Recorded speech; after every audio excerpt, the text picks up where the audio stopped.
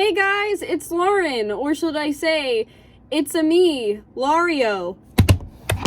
I need sleep. And today I wanted to talk about something that has had an absolute chokehold on my brain lately. I definitely wouldn't normally dress up this nice for a topic like this one, but I had opera auditions an hour ago. So something I don't think a lot of my subscribers know about me is that I was massively hyperfixated on Super Mario from ages 7 to 10. Like, to give you some perspective, I was as obsessed with Mario when I was 8 years old as I am with Full Metal Alchemist now. Except I was 8, so I was way more annoying about it. It was the first thing I ever remember being obsessed enough with that my parents would have to go, okay, Lauren, maybe it's time to talk to your grandparents about something else for a few minutes during Christmas dinner, okay, honey? I have this one very vivid memory of being in Florida for Thanksgiving with my dad's family, and my cousin has brought his girlfriend over, and she's really nice, and we're really getting along. And then I hear da-da-da-da-da-da, and it's her phone. And little me was just like, keep her! They've been married for 6.5 years now with 2 adorable little boys and another on the way. Love you, Devin and India! It's weird because aside from Mario, I've never really considered myself that much of a gamer. Like, I always get gasps of horror from my friends every time I tell them I never managed to finish Breath of the Wild. Sorry! But man, something about Mario just hit different for little me. And it's weird because I've always been such a big story and character development person, which is not really what the Mario games are known for. But I think what the Mario games did so well was inspire this sense of adventure. Like, I was introduced to Mario, as I'm sure many Gen Z kids were, via New Super Mario Bros. Wii. And video games did not come naturally to me at all at first. Like, I couldn't get past World 1 for a bit. But see, I was also kind of in an ancient Egypt phase around the time I started getting into Mario. And I remember looking at, like, the world map and seeing that the next world had pyramids. And I was like, ooh, I have to stop sucking at this game now. The next world has pyramids. I have to get to the pyramids. So that was definitely what hooked me on Mario at first, was just seeing what weird, wacky creativity and excitement the next world would have in store. And a little later on, I was in my space phase, and I remember being at Walmart and seeing the cover of Super Mario Galaxy and being like, Mom, oh my gosh, it's Mario in space, and that's my 2 favorite things, ah! I have no clue how my mom thinks I'm neurotypical. And of course, I got Galaxy for Christmas that year, and it is still my favorite video game of all time. Even more so than any of the games I'd played previously, it was just bursting with inventiveness and magic and wonder, and it had such a grand scale and compelling lore, and the music! Lauren, are you okay? Why are you crying? Because she's sleeping under the tree on the hill. And even if the characters in Mario have never been particularly complex, the little nuggets you get with them are always so memorable and expressive and charming that you can't help but fall in love with them. And this idea of having these characters with these really distinct personalities but not really knowing much about them just made my imagination run wild as a kid. Like, it really inspired my creativity. I would create whole lives for the Mario cast in my head. Like, I loved making up stories about them when I was riding my bike or in the shower. It started off as really simple stuff, like imagining what the characters would give each other for Christmas or dress up as for Halloween, and then it turned into like, Peach's parents won't let her and Mario be together, angst, hurt, comfort, 50k words. That's what I tell people whenever I need an embarrassing story about myself. I'm just like, hey, I wrote Mario fanfiction when I was 7. The biggest plot twist of my Mario obsession was realizing that 7-year-old me's favorite ship being Mario and Peach may or may not have foreshadowed 17-year-old me's favorite ship being Roy and Riza. It's the fact that you don't need them to kiss or say anything out loud to know that they're in love, okay? I will be writing my thesis on why the Mario franchise is a masterclass in slow burn and unresolved sexual tension. I even had an OC who was Mario's sister named Marion. And what's funny is that Marion in my head always looked kind of like Pauline, and I had never actually played any of the like older games, so I didn't really know who Pauline was. So when Super Mario Odyssey came out like years after my Mario phase, I was like, oh my gosh, is Marion real? And yes, I did have a self-insert named Lario. Lario was just me in Mario's outfit, except the shirt was purple and the hat was pink.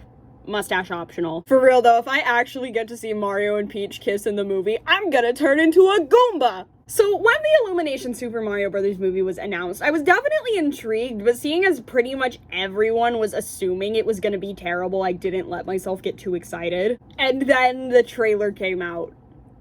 and it's like I was a little kid again. My jaw was on the floor. This trailer looked like everything I could possibly want from a film adaptation of the thing I loved so much as a kid. It looked magical, it looked charming, it had stakes. It just completely recaptured that sense of adventure that the games always gave me as a kid. And just the prospect of seeing these characters in a fully realized story and getting to be actual characters and having conversations and maybe even arcs, just...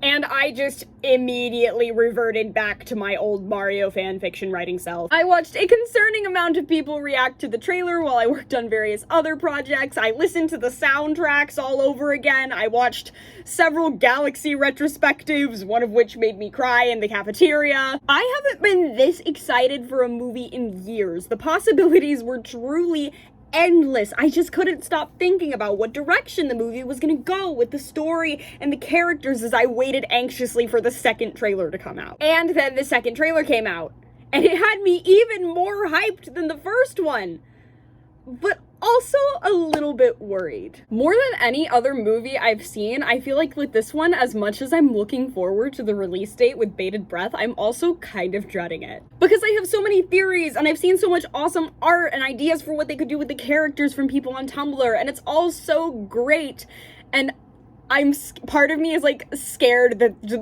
nothing the movie does is gonna live up to that. So now after this like ridiculously long lead-in, I'm finally going to get into everything I've seen in the trailers and the things I can already tell that the movie is doing really well, and some mistakes I really hope it doesn't end up making. Okay, so first and foremost, obviously the animation is absolutely breathtaking. Like, Illumination's movies have always looked competent, but they've always kind of had like a sort of plasticky feel to them, and this one absolutely does not. Everything looks so magical and exciting while also being really real and lived in, and it stays incredibly faithful to the games while also adding so much texture. The lighting, the cinematography, everything just adds up to this feast for the eyes. The animators have clearly put like so much love and dedication into this. On a similar note, the like world building so far has really impressed me. Like, I just love how they've incorporated so many details from the games into the world of like the story in such a natural way. Like, of course the pipes are like a subway system for the Mushroom Kingdom. Of course the world chart is Peach's battle map. Like, it all makes sense. I'm not sure how exactly they're going to work Mario Kart into the story, but I'm very anxious to find out. I swear, I'll be all nostalgia bait is ruining fiction, and then the second it's a thing I'm nostalgic for, I'm no better than anyone else. Everything is just pointless fan service now. OMG, Rainbow Row! On the character side of things, I actually love the idea of Mario and Luigi coming in from the real world. Like, the amount of people who were like, why did they turn Mario into an isekai? As if they don't know that Mario and Luigi were originally conceived as Italian-American plumbers from Brooklyn. It's so funny to me because 8-year-old me actually didn't know that either, and so when I begged my friend to let me borrow his DVD of the Mario Super Show, I was so confused when I watched it because I didn't know that Mario and Luigi were supposed to be plumbers. And if you've seen the Mario Super Show, you know that half the humor in that thing is about plumbing. The other half is about pasta. So I hated the Super Show when I was a kid. I was like, why are Mario and Luigi plumbers? What does this have to do with anything? Of course, now I can appreciate the Super Show for the comedic masterpiece that it is, but more on that later. But what I love about this is I think it's gonna give the opportunity for some real backstory and relatability for Mario and Luigi. Like, I think what a lot of people don't get about Mario, like what people who say Mario has no personality don't get about Mario is that the point of the everyman trope is that anyone can be Mario. Anyone can be the hero, including short plumbers from Brooklyn. So I'm honestly really excited to see down on his luck, relatable working class hero Mario, who's like depressed at his 9-to-5 and gets sucked into this fantastical world and discovers his sense of adventure. Okay, maybe he's not depressed at his 9-to-5. He looked pretty happy plumbing in the second trailer. But I do like a lot of the kind of subversive choices the movie is making so far in relation to Mario Mario and Luigi. I like that Mario's kind of overconfident and in over his head when he gets to the Mushroom Kingdom, because he's in a completely new environment. Of course he's gonna suck at everything. Getting to see him grow into the hero that we all know and love, like, Mario's gonna have a character arc! How exciting is that? And I think that making Luigi the damsel in distress instead of Peach was such an inspired choice, because it's going to make the audience a lot more invested in Mario. Like, who is he gonna have higher stakes for? His brother or a random princess that he just met? Because this is an origin story. But yeah, seeing how strong their bond is and how he's willing to go to the ends of the earth to rescue his brother is going to make the audience care. So yeah, letting him fail, giving him a tangible goal that the audience can connect with. These are all things that are going to make Mario a protagonist that the audience will be able to resonate with, and not just, oh, that's Mario. I am also so excited for the music in this movie, because Miyamoto said that the composer is working with Koji Kondo to work music from the games into the movie, which is literally exactly what I wanted. The scene from the trailer where Peach is talking about, you know, there's a huge universe out there with a lot of galaxies. If that doesn't have some variant of Luma's theme playing over it, I'm going to be low-key disappointed. Galaxy movie when? Galaxy movie when? I'm very anxious to see if there's gonna be a post-credit sequel tease in this movie too, because there are so many possibilities for what it could be. Like, it could be Bowser Jr. and the Koopa Leagues, it could be Rosalina. I hope it's Rosalina, because she's my favorite. It could be Wario and Waluigi, heck, it could even be Daisy, who knows? I hope there's a new female character in the next movie, because it is kind of frustrating to see Anya Taylor-Joy as the only woman on the cast list. My favorite performance out of the voice cast so far might actually be Charlie Day as Luigi. He is doing so well. He is so good at, like, neurotic and anxious, but he also has this, like, sweetness and innocence to his voice sometimes that just, it fits Luigi so perfectly. I think he's going to be my favorite character in the movie. The part in the trailer when Mario and Luigi are in, like, the warp tunnel, and Luigi's like, Mario! And they grab hands, like, that fully gave me goosebumps. I really hope we get some, like, good emotional brother moments between them, because I need it! I need this movie to have some heart, guys, okay? Obviously, I, like everyone else, am very impressed with Jack Black as Bowser. His comedic timing and also his, like, menacing quality is so perfect for him. I've had faith in his performance ever since I originally saw the cast list. I knew he was gonna be great. But what makes me really excited about Jack Black as Bowser is the implication that he's going to have a musical number. Please, give me my heavy metal Bowser villain song right now. And the fact that he also said he's gonna have a sensitive side, like loving single dad Bowser, who happens to be a megalomaniacal evil mastermind. Just, I love Bowser, okay? I can't believe Little Me was, like, Little Me, like, hated Bowser so much and would just, like, boo him every time in Mario Kart. Dude, he's, like, the Dr. Doofenshmirtz of Mario. But, like, between that and the fact that Keegan-Michael Key, who is killing it as Toad, by the way, said that he improvised a song as Toad, in the fact that at least 5 of the leaks that I've seen have said that the movie is a musical. Okay, I really want it to be a musical now, guys. I want this movie to be, even if it's not good, I want this movie to be chaotic and bonkers and a meme. I want it to take risks. Please, Illumination, I know that's not what you're known for, but just, you know this movie's gonna make so much money. It's Mario. Take some risks. The people want to see it. Also, please do a remix of Do the Mario in the credits. It would make me so happy. Do the Mario! Swing your arms from side to side. Come on, it's time to go. Do the Mario. Take one step. And then again, let's do the Mario all together now. I mean, we already got Super Show references with the posters. We're the Mario Brothers and Plummet's a game. We're not like the others who get all the fame. So honestly, I'm hopeful. So I guess now I need to talk about Chris Pratt. I 100% get the frustration that people have for this casting. Charles definitely would have been, I can't think of anybody better. Like, I definitely initially was in the ballpark of, like, can we have a full movie of Charles Martinet's Mario voice? But also, he's a professional voice actor. He's done this for decades. He made up Mario's voice on the spot. He'd had the dialogue in Mario Cheech's typing changed to sound more encouraging and kinder for kids. Like, I'm sure he could pull off a more grounded, less yo-ho Mario voice if he needed to. And Chris Pratt's casting absolutely has ignited some really important conversations around the fact that voice actors absolutely should be included in more mainstream animated movies. Like, I mean, I want my big budget animated film starring Travis Willingham. Please give it to me now. Leaving aside some of the other issues that people have with Chris Pratt, the fact is that he has made a name for himself playing characters who are very similar to Mario. His type is the lovable, goofy, boisterous guy who can also kick ass when he needs to, and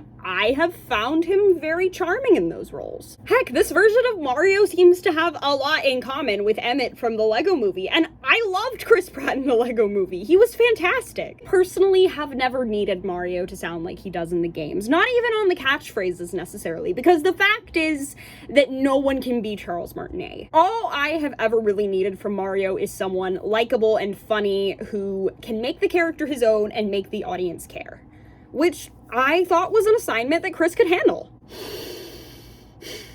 Okay, so he's not awful in the trailers, and I do get a big kick out of the, like, gritty action man, let's go. It's so funny. Let's go. But I also feel like there's something missing. Yeah, going into this, I definitely had the attitude of, oh, if Chris can do as good in this as he did in the Lego Movie, he'll be fine. He is not doing that. His delivery is passable, but I am not getting the same level of charm and enthusiasm and energy that I got from his delivery as Emmett. His Brooklyn accent is also very inconsistent. Like, sometimes it's there and sometimes it's not. When complaining about his casting, people will always say, oh, Chris Pratt is just good at playing generic white guys.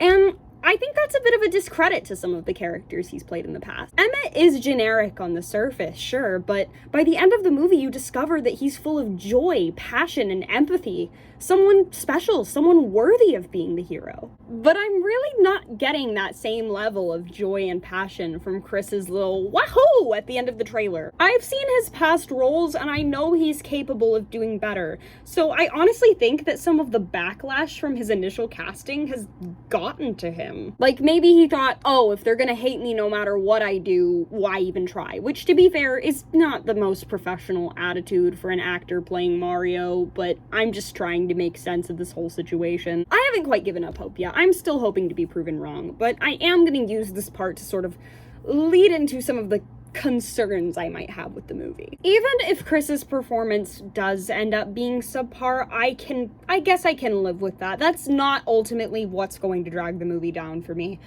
What will make this movie a disappointment is if the same level of love and care that went into the animation and world building and most of the voice performances is not put into the screenplay. And I'm not expecting a Ghibli movie from this thing. It's a Mario movie. It doesn't have to be that deep, but I do want it to have heart. I want it to be charming, and I do not want it to be cynical. And something that's kind of worrying me in that regard is what they're doing with Peach. Now, before you grab your pitchforks, this is not me saying that I have a problem with Peach kicking booty. I am a firm believer that Peach does not have to be a damsel in distress for it to be a Mario story. The RPGs have proven that, and hey, one of my favorite games as a kid was Super Princess Peach. Seriously, like, that game was an absolute banger. Like, the fact that her emotions are her superpowers, feminist icon. And it's also an excellent opportunity to further flesh out her relationship with Mario. I love that we're gonna see them having real interactions throughout the movie instead of it just being a rescue-oriented romance. If, assuming it is a romance. No, Peach has been a damsel in distress long enough. She totally deserves to be a girl boss. What I do not want is for her to only be a girl boss. Going into this movie from the first trailer, Peach was honestly one of the elements of it I was most excited for, because I thought with her, there was the most potential for subversion and deconstruction. There was the most potential to, like, play around with character development. Since I was going into it with the assumption that Peach was going to get kidnapped, I was hoping there'd be some, like, escape attempts, a little, maybe, like, some insecurity, some, like, oh, why do I keep letting this happen to myself? I didn't necessarily want her to be a damsel in distress, but I was okay if she was, as long as she was a character. And having her movie incarnation, as we see in the trailer, be such a complete 180 from her incarnation in the original games to where she now is, like, clearly the most competent person in the movie, at least as we currently see. It doesn't necessarily feel like empowerment.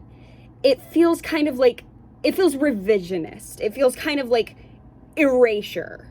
Like they're trying to pretend she's something other than what she usually is. What I always thought the best way to portray Peach in this movie would have been is to not necessarily kidnap her, to let her fully participate in the plot, but to keep her, you know, sweet, bubbly, feminine, polite, elegant personality from the games, while still letting her kick booty. Because I think that's the appeal of Peach, and why a lot of girls, myself included, still really like her, even though her archetype is kind of rooted in sexism. Because, you know, she can be all sweet and elegant and frilly and still mercilessly knock someone off Rainbow Road in Mario Kart and be like, bye-bye! And that is so unique in heroines nowadays. I want her to be strong. I'm scared that making her such a, like, archetypical, strong female character is going to strip away what could have been so unique about her. What I wanted for Peach's portrayal in this movie was to be, like, kind of a Luna Lovegood type thing, where she's, you know, all nice and dreamy for, like, 80% of the movie, and then crap hits the fan, and she's all, Harry Potter, you listen to me right now! Like, I really wanted to have that, like, moment of catharsis where she's just like, I'm done being nice! And if she's not taking any crap from the beginning, then you lose that. And like I said previously, I really do believe a lot of the, like, vitriolic dislike of Chris Pratt in this movie is rooted in political stuff. Because if it weren't, I feel like we would see a lot more criticism being directed at Anya Taylor-Joy. And this is coming from someone who genuinely loves Anya. Like, Queen's Gambit is one of my favorite shows. However, her going for such a, like, conventionally deep, vocal fry-y, I'm a generic animated heroine from an Illumination movie voice for Peach does not sit right with me. Like, if you are going to criticize Chris Pratt for not putting any effort to make his Mario sound like he does in the games, frankly, you should be criticizing Anya too. And it's not that I want a full Snow Whitey voice for Peach, because that would be kind of annoying, but like something a little up here that still, you know, sounds all, you know, princessy. Like, to have her voice be so different very much feels like they're trying to push the idea that women have to be a certain way in order to be strong, and I don't like it. I think it would send an amazing message to young girls to have a Peach who is capable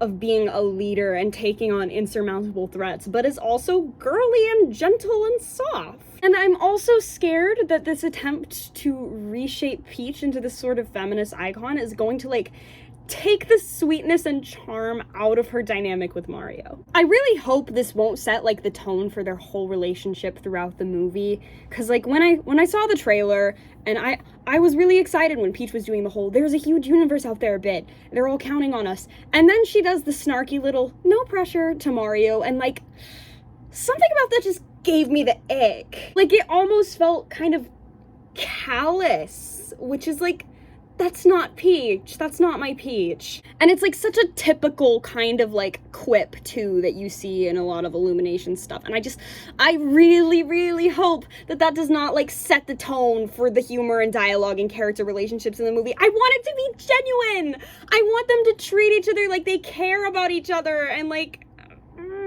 you know what would make me the freaking angriest of all? Is if they have Mario say some, like, stupid sexist thing, like, you can't do that, you're a girl, or something, just so they can have Peach, like, shut him down and be all girl power about it. Seriously, I've said it 1,000 times, make Peach a girl boss all you want, but do not feel like you have to make Mario a strawman misogynist who needs to change his ways in order to do so. Please. Actually, you know what? I want Mario to drink so much respect women juice in this movie. Like, Gomez Adams looks good on him. And, like, when people say Mario has no personality, one of his most important traits from the games, or, like, one of his most endearing to me personally, he's, like, a chivalrous little dude.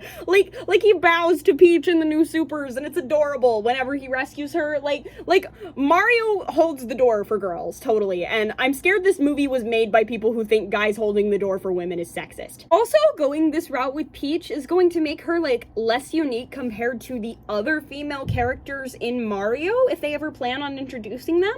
Like, making Peach more, like, butch in attitude, like, that kind of makes Daisy sort of anticlimactic. Like, Daisy's the assertive tomboy, and, like, I think Anya's voice, like, just her normal speaking voice, I think she would make an amazing Rosalina. Like, her lower tone and her kind of, like, elegant, mysterious vibes, that's Rosalina. She even looks like her. I just really don't want to lose, like, the wholesome, endearing, feel-good qualities of Mario out of some sort of attempt to be all, like, hip with the times. And if there's one thing Illumination's known for, it's trying to be hip with the times. Like, I saw this one post on Tumblr that was like, every kids movie lately seems to be having, like, one of the characters betray their family or friends or something like that. That's totally gonna happen in the Mario movie. Mario's totally gonna, like, betray Luigi. And I'm like, no! You can't do that! You know, at the end of the day, as much as I do have my reservations about this movie, I really am honestly rooting for it to be something special. I can't bring myself to be cynical about this thing. I just can't.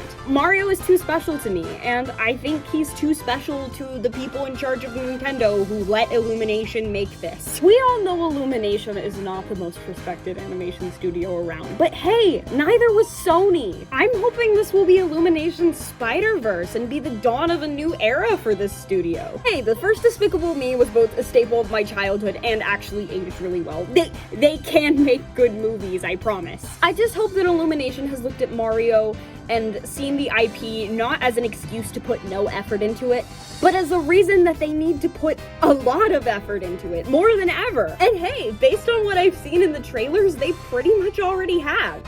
Mario deserves a good movie. Mario deserves something sweet and wonderful and imaginative and weird. And if we get all those things come next April, I will be the happiest semi-gamer in the world. And with that, I love you guys. Thank you so much for watching my video.